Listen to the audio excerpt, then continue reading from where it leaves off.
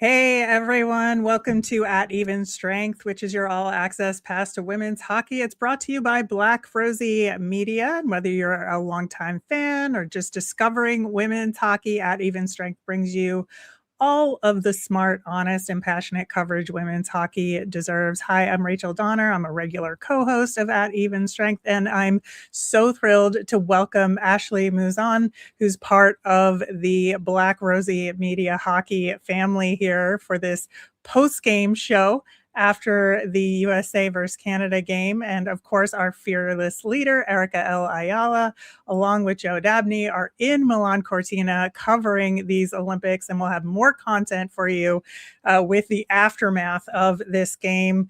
Of course, it being Black Rosie Media, we have to start off with Layla Edwards getting her first Olympic goal in this game. And it was a fantastic shot, by the way. Yes. Absolute laser. She had hit the post a couple of times, but yeah, really good showing for her. Yeah, absolutely. I knew it was coming because even in the other game, she was right on the doorstep of getting a goal. And today she just broke up that puck in the neutral zone and just goes right down and just hits it short side. So it was an awesome goal. It really was. And so that was an excellent aspect of this game. The 5-0 shutout for Team USA over Canada. You know, I think you have to look at it and say, is this a surprise or is this not a surprise? And you start off with Marie Philip Poulin being out of this game due to the injury sustained in the previous game against Czechia. That, Canada won that game, but it was real rough. Czechia played it really tight and very physical. Kristina Kaltunkova took a couple of penalties in that game, including the play that took MPP out. Canada had to adjust heading into this game. And so they moved Brianne Jenner up from the wing to take that 1C spot held by MPP. Laura Stacey gets shifted to the third line where Jenner was. And then Natalie Spooner, who was the extra winger, goes up to the wing spot where Stacey was. Now, things got scrambled later in the game because Canada was so far behind. But just from your initial thought, like, what is your big takeaway from the game from a Canada perspective? Because obviously, like, they're the ones in panic mode here, right?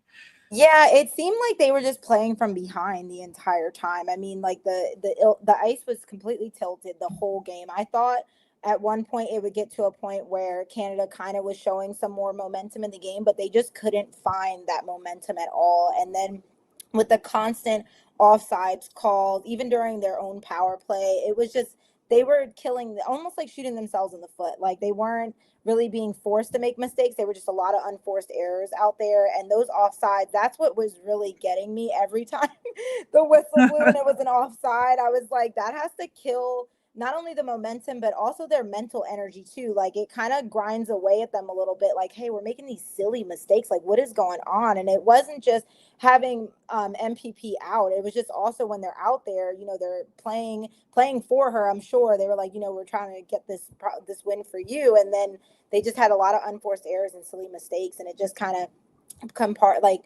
just bombarded onto what they had going on already with MPP being out, unforced errors, silly mistakes. It was just a lot going on in that game. Yeah, and their defensive coverage was not good. They couldn't get out of their own zone effectively. I mean, I thought that Canada did have some good play there in terms of takeaways, Mm-hmm. especially in the neutral zone, but then like they couldn't do anything effective with it Yeah. afterwards. And I think Team USA was really good at coming back from some of their errors Yeah. there, in terms of the puck support that they Yeah. were giving each other. So when USA would lose the puck, somebody was immediately there trying to get it back, and somebody else was behind them, you Yes. know, with the extra body there to swarm whoever it was on Team Canada. And, Canada was losing the board battles pretty consistently throughout that game as well. Like, it has been a long time since I've seen a Team Canada, rivalry series aside, an Olympic Team Canada look as discombobulated as Yeah. that. I agree, especially with the puck support, because even though with the score, obviously, USA took this one, but there were a few moments like when Layla Edward had the puck on D, like she got pushed aside, but the puck support, like you said, was there and it didn't even matter. Like it was almost kind of like a little blip on their end, and then all of it, they had the puck right back anyway and took control and momentum of the game. So I don't know what was going on with Canada there. They just weren't there in this game. Like it seemed, like you said, discombobulated and just a little sloppy on their part, to be honest. Yeah, absolutely. Now, on the USA side of things, we talked about the puck support a little bit there, but I think they had much better quality shots the whole game, despite those posts that Layla Right. Edwards got a couple of times. I just thought that for the most part, they were getting the better chances throughout this game. That was a huge factor that allowed them to punch it through more effectively, and they had a mix of different kinds of goals, some with like, pretty passes to a shot that, they had the one that they powered through with the goaltender interference challenge, and Yeah. they didn't even see it go over the line in the first place. But I just thought the variety of looks that Team USA had was really stellar in this game. Yeah, especially with Abby Murphy out there, you can always count on her to give a beautiful highlight reel goal or just an assist. Like with her, with those 2 assists for Hannah Bilka today, it was just absolutely out of control. Like how she just does a quick turn pass, and then it's there, and boom, goal. Like you just didn't see that from Canada today, unfortunately. No, and like let's talk about that whole line with Taylor Heisey and Bilka and Murphy, right? They were the line Yes. of this game for sure. And I think that, you kind of expect that out of the top line with Carpenter and Hillary Knight, right? But this second line, I think, was the backbone of Team USA in this game. For sure, for sure. I was surprised that, we always, and even the broadcasters talked about the Murphy Heisey magic. Like that's just been a thing that had started with the Rivalry Series. And then Bilka was like, let me get in on this magic, and definitely showed up and just showed her prowess today on that line. So it's really great that they have all three of them as an offensive just threat to Team Canada and any other team that they put this line out against. Yeah, and I think the opportunities were there, with the full depth of the lineup. I know we talked about the fourth line in their previous game, and I thought the fourth line played really well too. Kristen Sims got on the scoreboard with that, power through kind of goal there, but they had just as many chances. I mean, Joy Dunn was all over the place. Yes. Yes, she was very critical in today's game, and I was just excited that we just got to see more of just the rookies really shining in this game. It was just amazing because they always talk about how young this team is, and the rookies just show out. Like, there's no need to be like, well, who's a rookie again? Because you'll know, because they're going to score, they're going to assist, or they're going to do something to impact the game in a big way.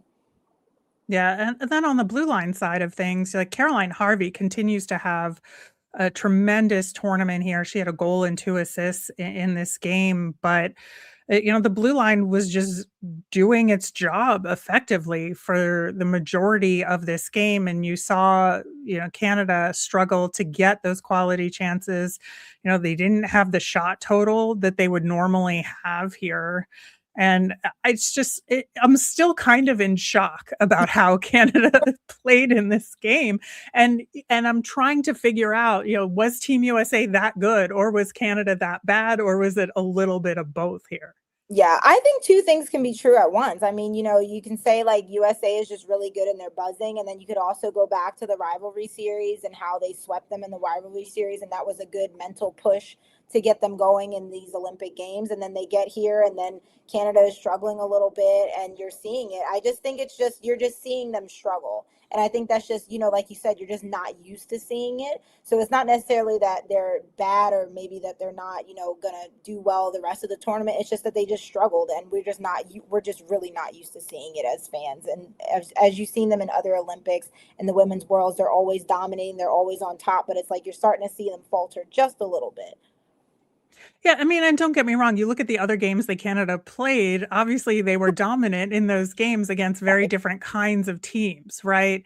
So, and they still have the one game left to play against Finland, but I just think that when you look at the USA versus Canada games, Canada did not seem to learn the lessons that they needed to from the rivalry series and how that turned out. And they did not make any adjustments in a way that showed that they learned the lessons from there in terms of the roster construction. You know, we've talked about that in terms of it's all older. They're not Right. old, but older. Right. Uh, Older, not college, but older.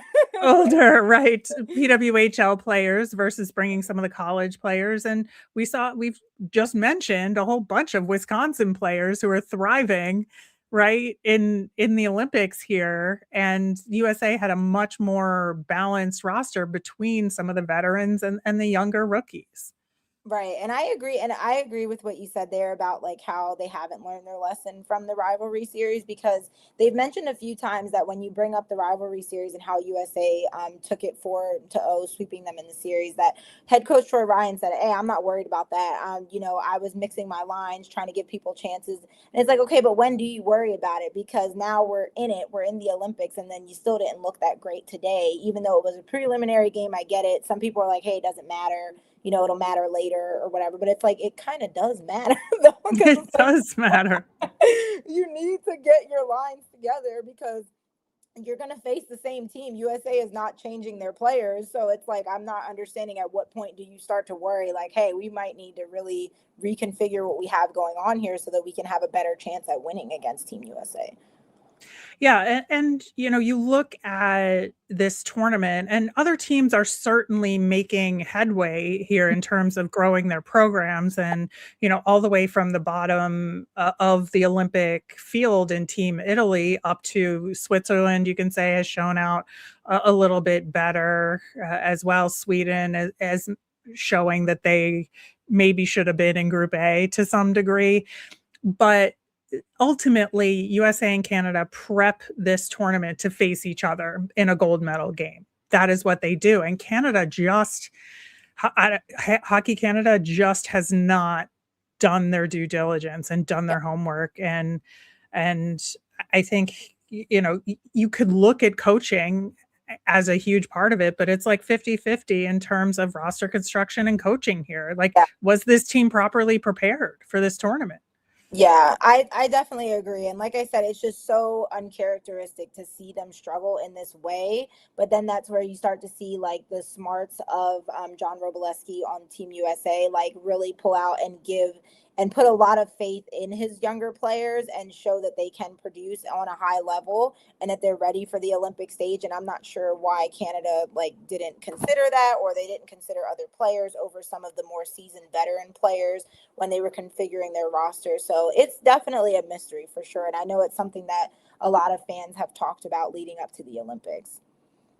Yeah, absolutely. It's just I'm baffled by this whole thing here. I do also want to, as a sort of side note to the game itself, I have to talk about the broadcast a little bit because there were several times, at least on the USA side of things. I cannot speak to the Canadian broadcast, but there were several times that I wanted to throw things at my television because of the way this game was broadcast in terms of the commentary around the players and overemphasis on Kendall Coyne Schofield's family and child and mentioning male partners and not female partners.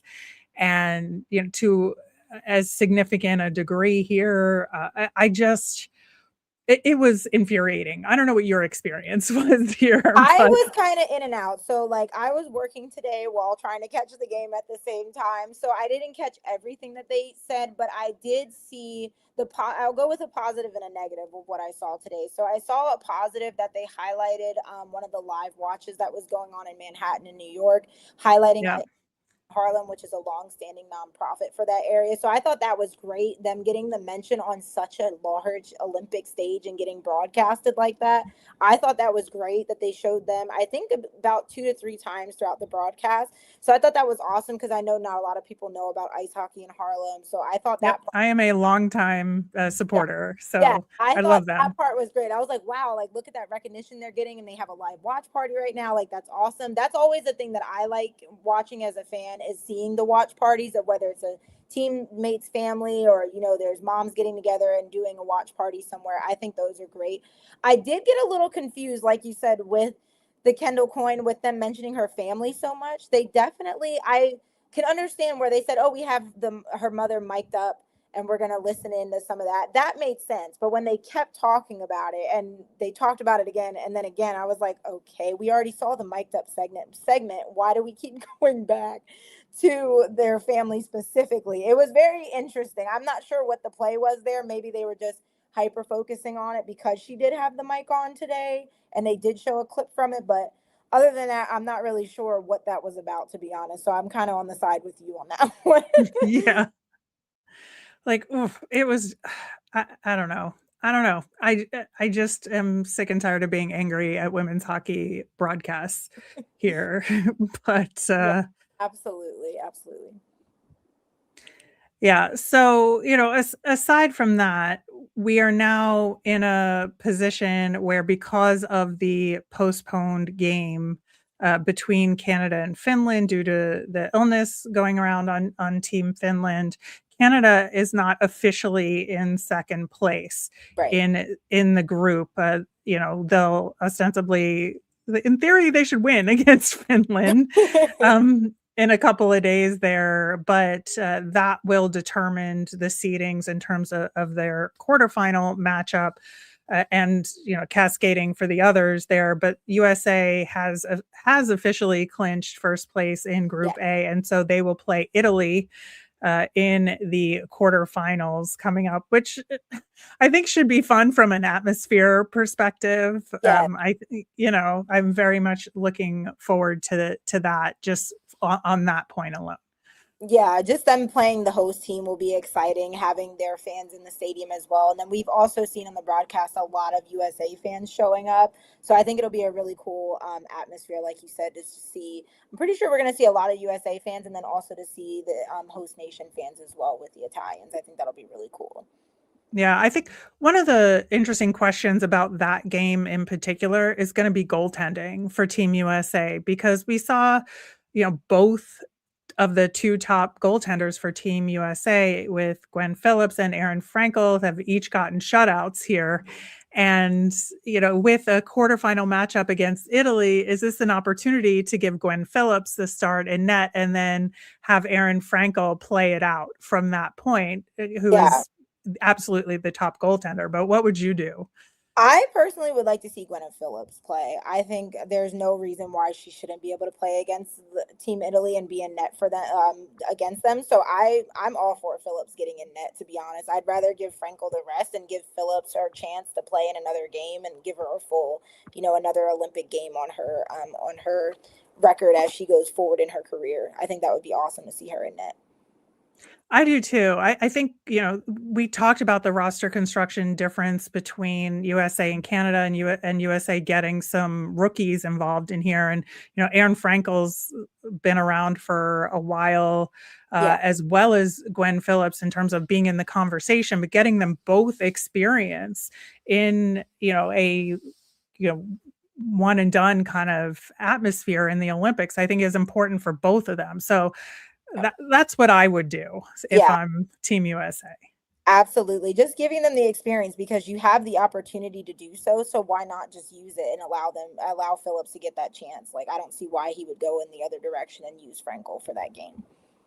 Yeah, I think so. But it should be interesting. And then on the Canada side, obviously you have this game against Finland. We don't know if Marie Philip Poulin will be back for that. It seems like the way they're talking, that she's day to day, and there's a good chance that even if she's not back for that game, she could be back for the quarterfinal game that Canada will face. And what do you adjust? Like, what do you change if you're Team Canada heading into that game against Finland? Like, how do you set yourself up for the quarterfinal matchup? That is a tough one, because I have been trying to figure out Canada's roster for a while with the way that they made the change. I can understand why they made the change with Jenner to put her in that top line and make her center there. That made sense to me, but I'm not really sure like what else they were doing with their lines today. And I guess I'll have to go back and do some studying myself to kind of see like what they should be doing moving forward, especially if MPP is not going to be in this next game, or if they're just gonna wait until she goes to the quarterfinals, which makes sense. I mean, we don't know the severity of the injury, and that's also kind of like hard to tell because saying day to day could mean anything. It could just mean, hey, we just don't want to elaborate, and we're just gonna keep her off for now, and we'll see her in that last prelim game, or if we're just going to wait for her to go into the quarters. So it's confusing, honestly. I'm not really sure what they're doing with their lines, and I wish I knew more to kind of grasp what their thought process was there. But I personally did not like seeing Stacy on that third line. I'm not sure No. why she was down that far. And just with her play today, like she even seemed a little off and very frustrated. So I'm not sure if that had to do with the fact that obviously her wife is, hurt and not playing. That obviously is a big factor, number one. And then number two, her getting pushed down to the third line was really interesting to me. So that was the only thing that I know for sure did not make sense, like for her to be that far down in the lineup. Yeah, I think as far as who stood out for me from Team Canada, obviously it's like difficult when you don't have scorers there, but in terms of who was actually looking like they had something going there to some degree. I mean, Laura Stacey is certainly one of those people, right? And so put her back up, man. Yeah. Like I think you're right on that front. I think maybe move Julia Gosling up the lineup. Yeah. I found her to be noticeable, and she's continued to have a strong tournament so far, this game notwithstanding. But I think those are the two things I would do. I think Daryl Watts also looked, I think she made a couple mistakes, but I think she looked generally pretty good in Yeah. this game overall and has made a significant impact in this tournament thus far. Regardless. But those are the things that I would maybe take a look at Yeah, if for I'm Team sure. Canada. For sure. Yeah. Because Stacey seemed like she was, hungry out there like she always is. And I was like, I don't understand why we have her so in the back half of the lineup. And Daryl Watts, for sure, her speed and her physicality out there is just unmatched. And when you see her, it's her automatically. And I agree with you there, just having her more active up front for sure. Yeah. Yeah. Well, as of this live recording, the other game of the evening that was going on in Milan is still going between Finland and Switzerland. Finland is currently leading Switzerland 3-1, so that will affect the standings in the group. And it has actually just ended as I said those words. So it is 3-1 is your final score there. So we'll see how that affects with the upcoming game against Canada for Finland there. But Switzerland having some pretty solid results in this tournament. Mm-hmm. I thought they played Czechia really well earlier in the tournament, and I think Czechia has tried to rely too much on their physicality and in kind of lack of service to the skill that they do have to some degree. So that'll be some adjustments for them as we move toward the quarterfinals. And then looking at the other games, we had Germany winning 2-1 over Italy in Group B with a late goal from Laura Kluge, who also assisted on the other Germany goal. We saw Sweden win 4-0 over Japan. So Sweden, Germany, and the aforementioned Italy will go on to the quarterfinals there from Group B. Very interesting. Of those three teams, Italy is the only one with a negative goal differential heading into the quarterfinals, but some really fun performances from them overall. They absolutely have earned this berth, and now we get to mix it up a little bit. Yeah, I'm excited to see them just move forward because I hadn't really gotten a chance to really see them too much in international playing. I try my best to keep up with all that coverage when you're leading up to the Olympics, but I'm really excited to see how they're going to do just moving forward with the quarterfinal round. Yeah, I think so. And it's It's going to be a really, really interesting look between USA and Canada. If USA can keep up this stellar performance that they've had throughout the tournament thus far, and if Canada can get it back together here, so to speak. Yeah, absolutely. It will be interesting to see how Canada does moving forward, just in terms of what we see on the ice and how they mix up their lines. If they do make any adjustments as they move forward, depending on if Marie Philip Poulin will be out or not for that next round, and then going into the quarters. Yeah. So we will, of course, be talking about all of those games here as they come forward. And we have the makeup game, like I said, on Thursday. And then the quarterfinals start on Friday. And I think that, the one thing we talked about was the back-to-back situation of Team Canada, and Finland having that makeup game and then the quarterfinals starting the very next day. Yes. That will be interesting, just depending on like the seating, how that's going to go. But that'll be very interesting because obviously I don't think that's ever happened before where they've had to do a makeup game Right. going into it. So it'll be interesting to see how the teams recover, and then going into their quarterfinal matchups, how that's going to affect them, if it does affect them at all. Yeah. Yeah, absolutely. But it will be fun. And we will be talking about the games on At Even Strength, and Black Rosie Media will be bringing you all of that content following the USA Canada game with all of the reactions and whatnot. So make sure you're following Black Rosie Media on all your favorite social networks. And Ashley, where can people find you? Yes, I'm on Instagram at ash.moo22, and that's where you can find me talking all things PWHL and the Olympics moving forward. Excellent. All right. That'll do it for today's show.